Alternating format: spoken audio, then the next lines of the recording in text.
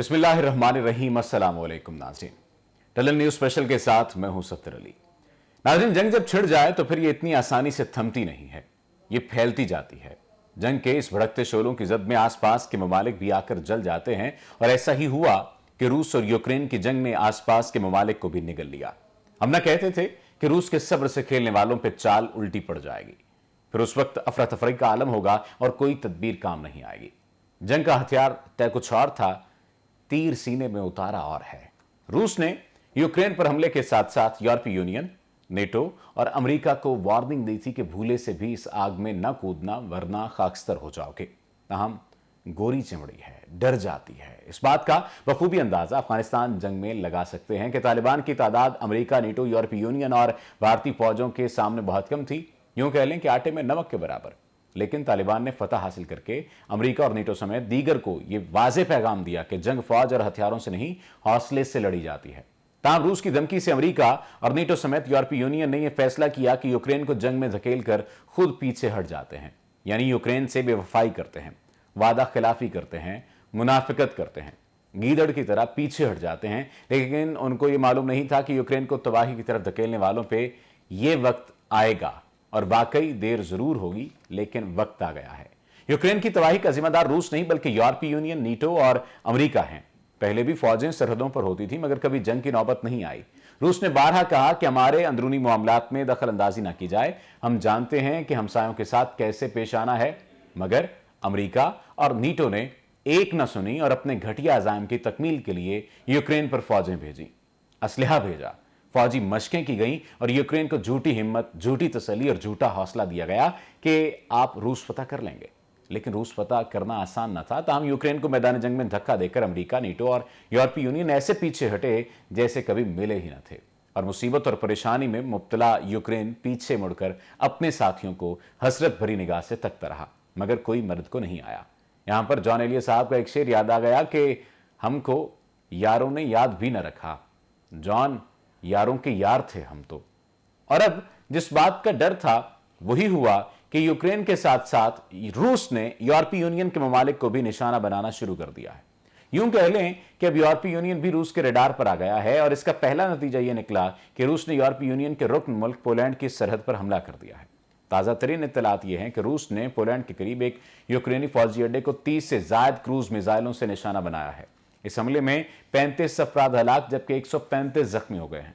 रूस ने याफुरेफ एयरबेस पर फजाई हमले किए, सक्रिय अड्डे पर 30 से ज्यादा क्रूज मिसाइल दागे हैं। ये वही फौजी अड्डा है जहां यूक्रेनी फौज नेटो के हमरा मुश्तरका जंगी मशकें करती रही है।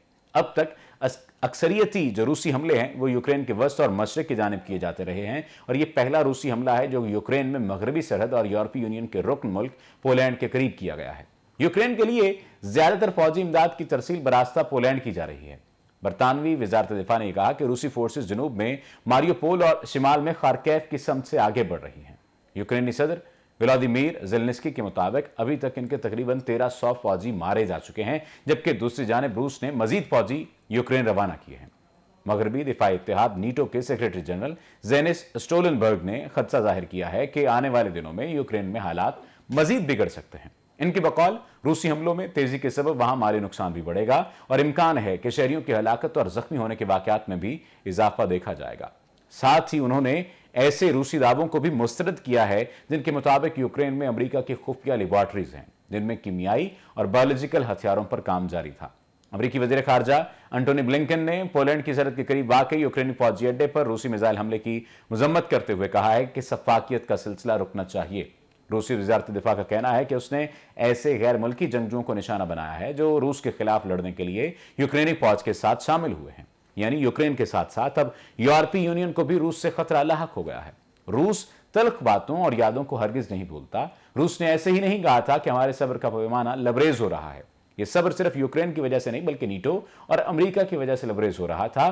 ताहम यूरोपीय यूनियन के वो ममालिक जिन्होंने रूस के खिलाफ मशकें की थीं उन पर हमले की मनसूबाबंदी की जा रही है और इसमें कोई शक नहीं है कि रूस का अगला हदफ नेटो और अमेरिका होंगे। यानी रूस अपने दुश्मनों को चुन चुन कर मारेगा और अब रूस का गुस्सा ठंडा करना कुछ आसान नहीं है। यहां पर वक्त है ब्रेक का और ब्रेक के बाद आपको दुश्मन मुल्क के घटिया अज़ाइम और उस पर उसको बदतरीन शिकस्त के हवाले से आगाह करेंगे। हमारे साथ रहिएगा।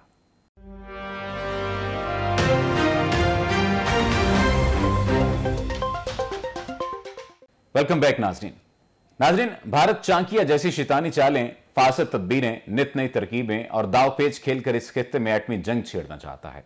1 मार्च 2022 बरोज मंगल को भारतीय आबदोज की पाकिस्तान के समुद्री हुदूद की दरअंदाजी के बाद 9 मार्च बुध की शाम 6:50 पर भारत की तरफ से पाकिस्तान की फजाई हुदूद की खिलाफ वर्जी करते हुए ममलिकत पाकिस्तान की सलामती पर खतरनाक वार करने की एक और नाकाम और नामुराद कोशिश की गई, जब 40,000 फीट की बुलंदी पर प्रवास करते हुए उसका एक सुपरसोनिक मिसाइल 250 किलोमीटर का फासला तय करके पाकिस्तान के पंजाब के जिला खानेवाल के कस्बे मियां चन्नू पर आ गिरा।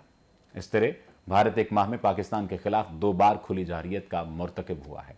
पाकिस्तान की तरफ से वजाहत मांगे जाने के 3 दिन बाद भारत ने वजाहत दी कि टेक्निकली फॉल्ट की वजह से मिसाइल चल गया।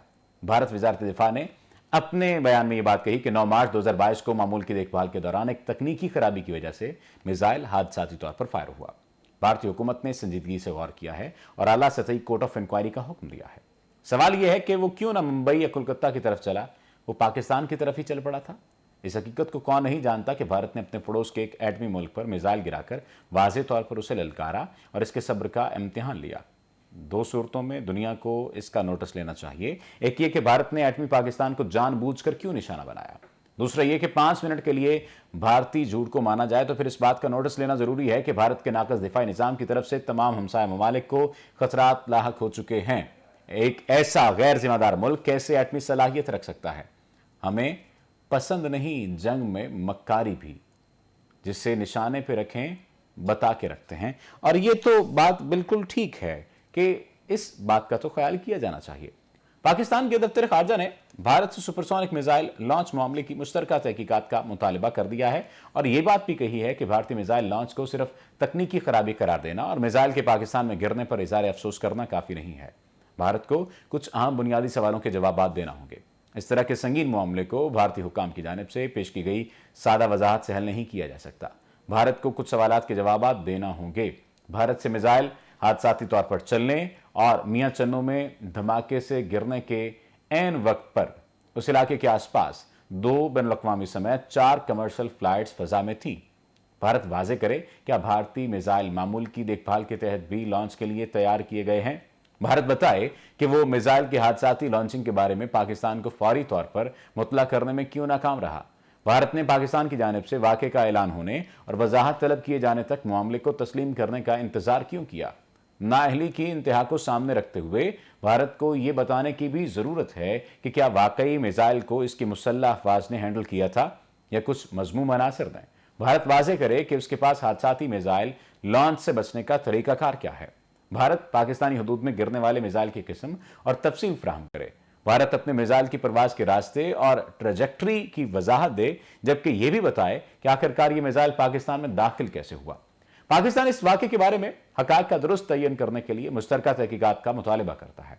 दफ्तर खारजा के तर्जुमान ने यह बात भी कही है कि भारतीय साख्ता सुपरसोनिक ऑब्जेक्ट की पाकिस्तानी फजाई हुदूद की खिलाफ वर्जी के मामले पर भारतीय नाज़िमुल उमूर को दफ्तर खारजा तलब करके एहतजाज रिकॉर्ड करवाया गया है। यह पूरा वाक़या भारतीय स्ट्रेटेजिक हथियारों से निमटने में संगीन नौयत की बहुत सी खामियों और तकनीकी खामियों की निशानदही करता है। वाक़े की गलत तशरीह दूसरी तरफ से अपने दिफा में संगीन नताइज के साथ जवाबी इक़दाम का बायस बन सकती है।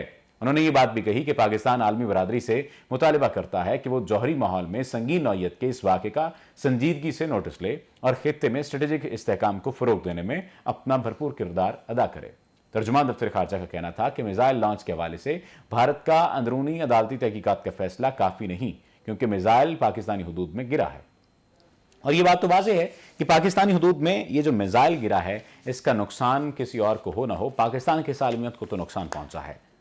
ये सवाल अरबाब इख्तियार से भी किया जा सकता है, पाकिस्तान के अरबाब इख्तियार से भी किया जा सकता है, उन लोगों से भी किया जा सकता है जो कि वजारत दिफा को चला रहे हैं, जिनके पास दिफा का महकमा है कि जब आपकी तरफ ये मिसाइल आ रहा था तो उस वक्त आपका दिफा क्या कर रहा था। हम भारत से तो सवाल पूछेंगे, लेकिन ये सवाल आपसे भी है। हमें अपनी सफ़ों में भी इत्तेहाद और यगानगत पैदा करते हुए अपने आप को किसी भी जंग के लिए तैयार करना होगा। अपने मेज़बान को दीजिए इजाज़त। अल्लाह ने के बाद।